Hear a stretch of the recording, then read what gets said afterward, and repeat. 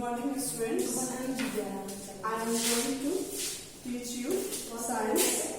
Your lesson is जल संसाधन, water resources. हम लोग आज पढ़ेंगे वाटर रिसोर्सेस के बारे में कि जल किस प्रकार से हमारे लिए उपयोगी है, जल का क्या क्या उपयोग है, जल के स्रोत क्या क्या है, जल चक्र क्या है और कैसे इस जल की समस्याओं से हम निजात पा सकते हैं, हम लोग इस पाठ में पढ़ेंगे। तो सबसे पहले हम आप लोगों को जल की विशेषताओं के बारे में बताते हैं कि अगर जल नहीं होगा तो हमारे जीवन पे क्या प्रभाव पड़ेगा, हम लोग जल का किस प्रकार से उपयोग करते हैं वो हम लोग इस पाठ में पढ़ेंगे। जल जीवन का मुख्य आधार है, हमारे जीवन का मुख्य आधार जल ही है। जल की उत्पत्ति भी सर्वप्रथम, जीवन की उत्पत्ति भी सर्वप्रथम जल में ही हुई थी। हमारे जीवन की जो उत्पत्ति है वो सर्वप्रथम कहाँ हुई थी? सबसे पहले जल में ही हुई थी। सामान्य तौर पर जल की मांग पेयजल, सिंचाई, औद्योगिक उत्पादन, कपड़ों की धुलाई, घरों तथा शौचालयों की सफाई, जल विद्युत उत्पादन तथा जल परिवहन आदि के लिए की जाती है। तो हमने देखा कि जल का उपयोग क्या क्या है। हम पेयजल के रूप में, पीने के रूप में करते हैं, सिंचाई के रूप में किया जाता है, औद्योगिक उत्पादन के लिए किया जाता है, बड़े बड़े फैक्ट्रियों में, कपड़ों की धुलाई के लिए करते हैं, घर तथा शौचालयों की सफाई के लिए जल का उपयोग किया जाता है।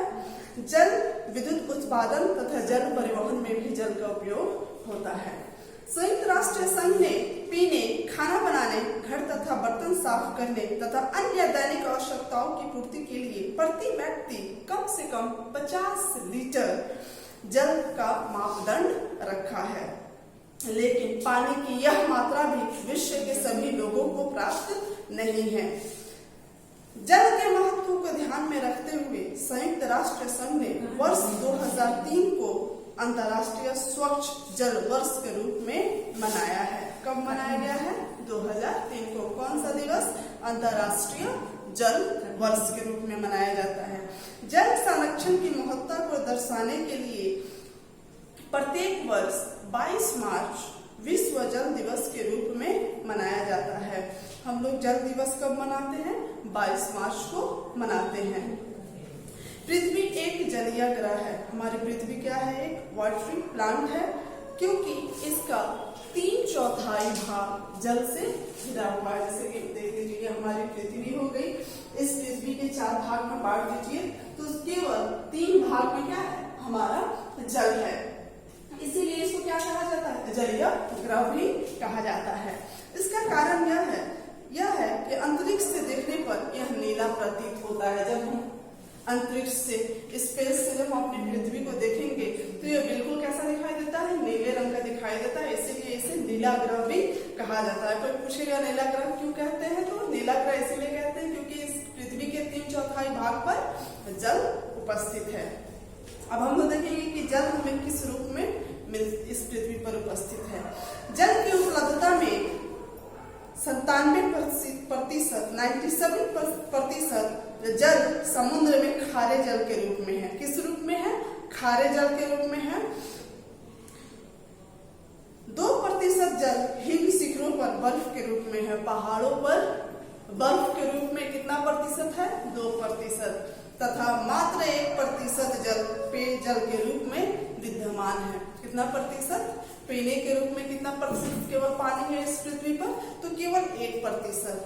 दुनिया के लगभग सभी देशों में जल की समस्या बनी हुई है।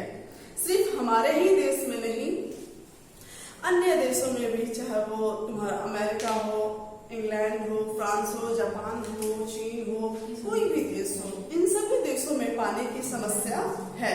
विश्व के अधिकतर लोगों को शुद्ध पेयजल उपलब्ध नहीं है। कहा जाता है कि भविष्य में युद्ध जल के लिए लड़े जाएंगे। आने वाले दिनों में ऐसा माना जा रहा है कि सभी देशों में जल के लिए क्या होंगे? युद्ध होंगे। प्राकृतिक तेल की भांति मीठे, जिसे मृदु भी कहा जाता है, जल की मात्रा भी सीमित है। जिस प्रकार से प्राकृतिक तेल की जो भंडार है वो सीमित है, ठीक उसी प्रकार से पीने का जो पानी है वो भी क्या है? सीमित है। ऊर्जा हेतु प्राकृतिक तेल के अलावा कई अन्य विकल्प तो मौजूद हैं, जबकि शुद्ध पेयजल का कोई भी ऐसा विकल्प नहीं है कि जिसको वापस से, अगर ये खत्म हो जाएगा तो वापस से हम प्राप्त कर सकते हैं। भारत में जल स्रोतों की प्रचुरता है तथा साथ ही दक्षिण पश्चिम मानसून से भी अच्छी मात्रा में क्या होती है, हमें जल प्राप्त हो जाते हैं। फिर भी अपने यहाँ जल की समस्या क्या है, बनी हुई है। हमारे भारत देश में जल की समस्या जो है वो क्या है, बनी हुई है। इसका प्रमुख कारण बढ़ती जनसंख्या, औद्योगिकीकरण, वनों की कटाई, भूमिगत जल का अनियंत्रित दोहन है। बढ़ती जनसंख्या, औद्योगिकीकरण, वनों की कटाई, भूमिगत जल, इन सभी के वजह से इनका इतना अधिक उपयोग हो रहा है कि जिसकी वजह से पानी की समस्या हर जगह क्या हुई, बनी हुई है। इसके कारण शहरी तथा ग्रामीण क्षेत्रों में शुद्ध पेयजल की समस्या गहराती जा रही है। केवल शहरों में ही नहीं, गांव में भी पानी का क्या है, समस्या बनी हुई है। पानी लेने के लिए शहरों में लोगों को लंबी कतारें लगी रहती हैं।